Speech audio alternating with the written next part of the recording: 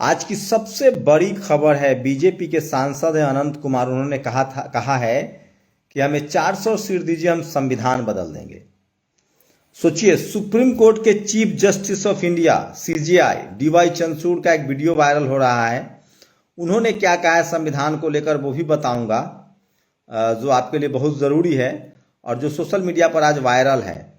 तो क्या संविधान बदलने के आप लोग पक्ष में हैं? ये सबसे बड़ी खबर है। और अनंत कुमार कह रहे हैं कि हम संविधान बदल देंगे, और सुप्रीम कोर्ट के चीफ जस्टिस ऑफ इंडिया क्या कह रहे हैं वो भी आपको सुनाऊंगा। और खड़गे ने क्या कहा है, राहुल गांधी ने क्या कहा, ये भी सबसे बड़ी खबर है। इलेक्टोरल बॉन्ड पर सुप्रीम कोर्ट में एक और याचिका दायर हुई है। तो अभी बहुत चुनाव आयोग की नियुक्ति पर क्या होगा। हमारा संविधान हमारा सम्मान में बोले सीजेआई डीवाई चंद्रचूड़। हमारा संविधान हमारा सम्मान। बाबा साहेब ने यह सुनिश्चित किया कि संविधान न्याय, स्वतंत्रता और समानता के मूल्यों को बढ़ावा दे। इस संविधान को बीजेपी बदलना चाहती है। बीजेपी इससे पहले भी प्रधानमंत्री के एक करीबी सलाहकार ने कहा था कि संविधान बदलने का वक्त आ गया है।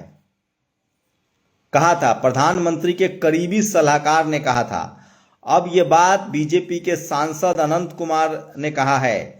हमारा संविधान हमारा सम्मान में बोले डीवाई चंद्रचूड़ ये कह रहे हैं, जबकि बीजेपी के सांसद सीधे सीधे कह रहे हैं कि हम संविधान बदल देंगे, हमको 1/3 बहुमत दीजिए, हम संविधान बदल 2/3 बहुमत दीजिए, मतलब 400 सीट दीजिए, हम संविधान बदल देंगे। तो आप लोग की क्या प्रतिक्रिया है? क्या आप लोग चाहते हैं कि इस देश का संविधान बदल जाए?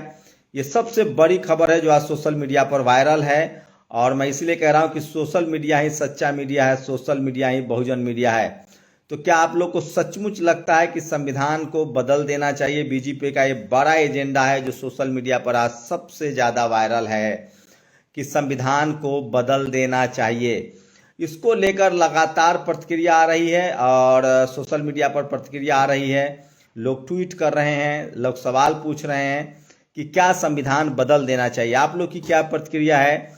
बीजेपी चाह रही है कि हमें 400 सीट दीजिए तो हम संविधान बदल देंगे। खड़गे ने कहा है कि कल चुनाव आयोग से जिस तरह से एक मेंबर ने इस्तीफा दिया था, उसको लेकर उन्होंने कहा था कि तमाम संवैधानिक संस्थाओं को गुलाम बनाया जा रहा है।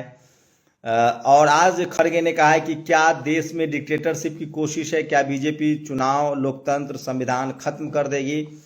ये बड़ा सवाल। लेकिन सवाल है कि चुनाव अगर उनको 2/3 वोट आता है तो वो जो चाहे कर सकते हैं, ये भी संवैधानिक ही है। संविधान बदल दें, अब तो जनता को तय करना है। लेकिन सवाल है कि इस देश में कांग्रेस भी पहले ऐसे ही सोचती थी। कांग्रेस ने 60 साल राज किया। सोचिए, इनकम टैक्स, ईडी, सीबीआई का सबसे ज्यादा दुरुपयोग कांग्रेस ने किया। ईवीएम कांग्रेस लेकर आई। चुनाव आयोग को, तमाम संवैधानिक संस्थाओं को कठपुतली कांग्रेस ने बना रखा था। जो आज बीजेपी कर रही है, ये सारा रास्ता कांग्रेस का दिखाया हुआ है।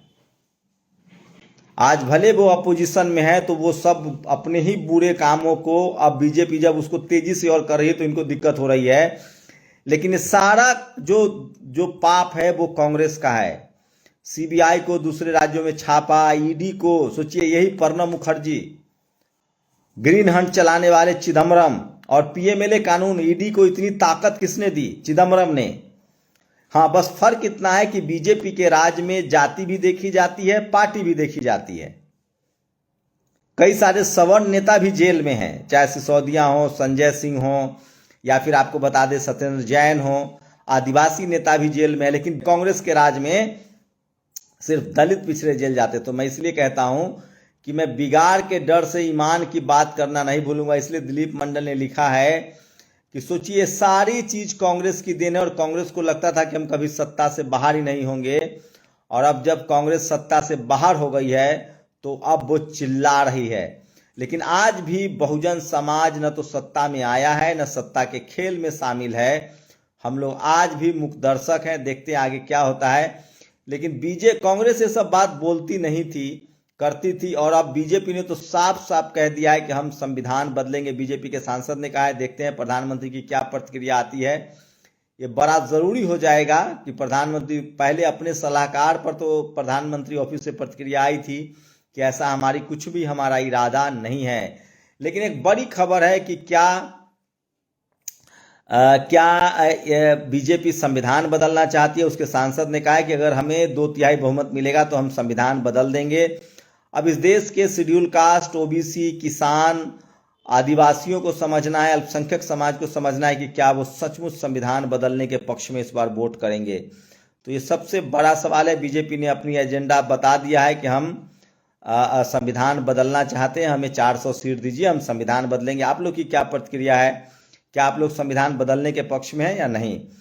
प्रोफेसर रतन लाल ने एक ट्वीट किया है, जिसकी एक एमपी जीतने की संभावना नहीं हो वह पीएम बनाने का ख्वाब कैसे देख सकता है? भक्त छोड़कर बाकी दलित समाज के लोग बात समझो, वोट खराब नहीं करो, नहीं तो संघी सरकार लंगोट पहनने लायक भी नहीं छोड़ेगा। जय भीम।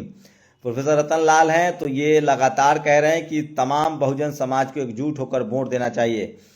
और आज एसबीआई पर एक और कंटेंट केस फाइल किया है। सीपीआईएम ने एक केस फाइल किया। उम्मीद है कल के दिन इसे भी लिस्ट कर लिया जाएगा। सुप्रीम कोर्ट के ऊपर सबकी निगाहें टिकी है। उम्मीद है कोर्ट अपनी इमेज खराब नहीं करेगा। देश ईश्वर के बाद कोर्ट पर ही भरोसा करता है। तो इलेक्ट्रल बॉन्ड के मामले में सुप्रीम कोर्ट ने कहा था कि 6 मार्च तक जानकारी दीजिए। अब जून तक का समय मांग रही है एसबीआई। और वहीं संविधान बदलने की बात कह रही है बीजेपी, लेकिन चीफ जस्टिस ऑफ इंडिया ने कहा है कि ये शानदार संविधान है, लेकिन संविधान का पूरा काम जो है वो संसद चाहे तो संविधान बदल सकता है। तो सोचिए, बीजेपी ने तो कह दिया है, कोई भुलावे में आप मत रहिए, बीजेपी ने कह दिया है। अच्छी बात है, कम से कम वो कह रहे हैं। अब जनता को तय करना है। अगर जनता वोट देगी 400 बीजेपी को तो संविधान बदलेंगे। जिनको संविधान चाहिए वो रहें। राफेल की सीक्रेट फाइल चोरी हो गई है। देश में क्या चल रहा है ये मैं नहीं कह रहा हूं, एनडीटीवी इंडिया ने यह खबर लगाई है कि राफेल की सीक्रेट फाइल चोरी हो गई है। देश में क्या चल रहा है?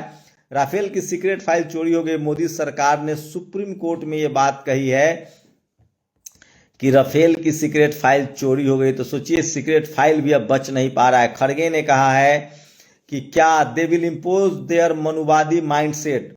BJP MP statement 400 seat. तो मल्लिकार्जुन खड़गे ने अब बीजेपी और आरएसएस पर बड़ा हमला किया है और कहा है कि वो डिक्टेटरशिप लाना चाहते हैं और वो मनुवादी माइंडसेट के लोग हैं और एससी एसटी और ओबीसी के अधिकार को छीनना चाहते हैं।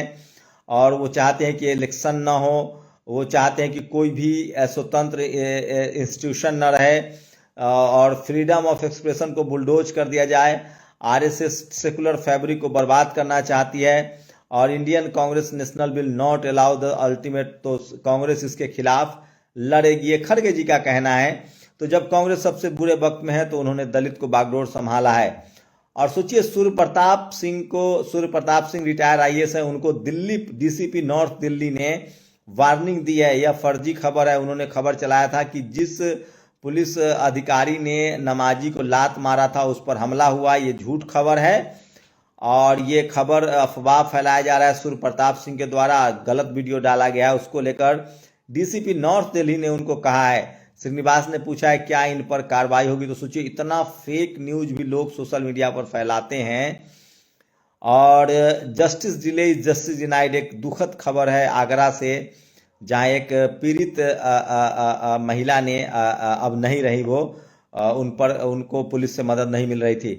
और एक वीडियो सोशल मीडिया पर आज सबसे ज्यादा वायरल है, जो ये देखिए।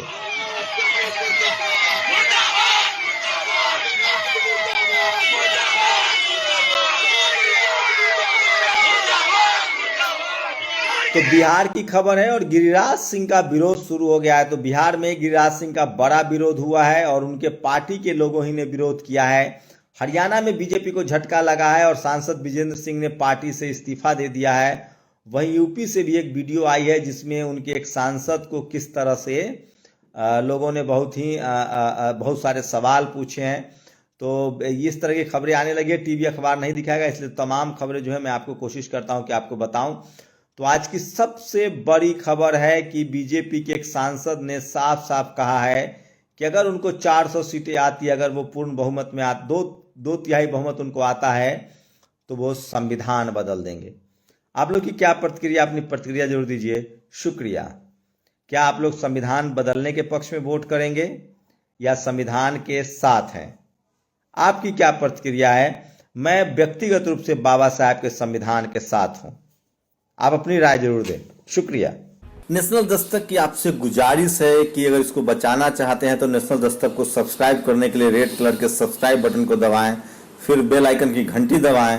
नेशनल दस्तक को बचाने के लिए बहुत जरूरी है कि हर खबर को शेयर करें, लाइक करें, कमेंट जरूर करें।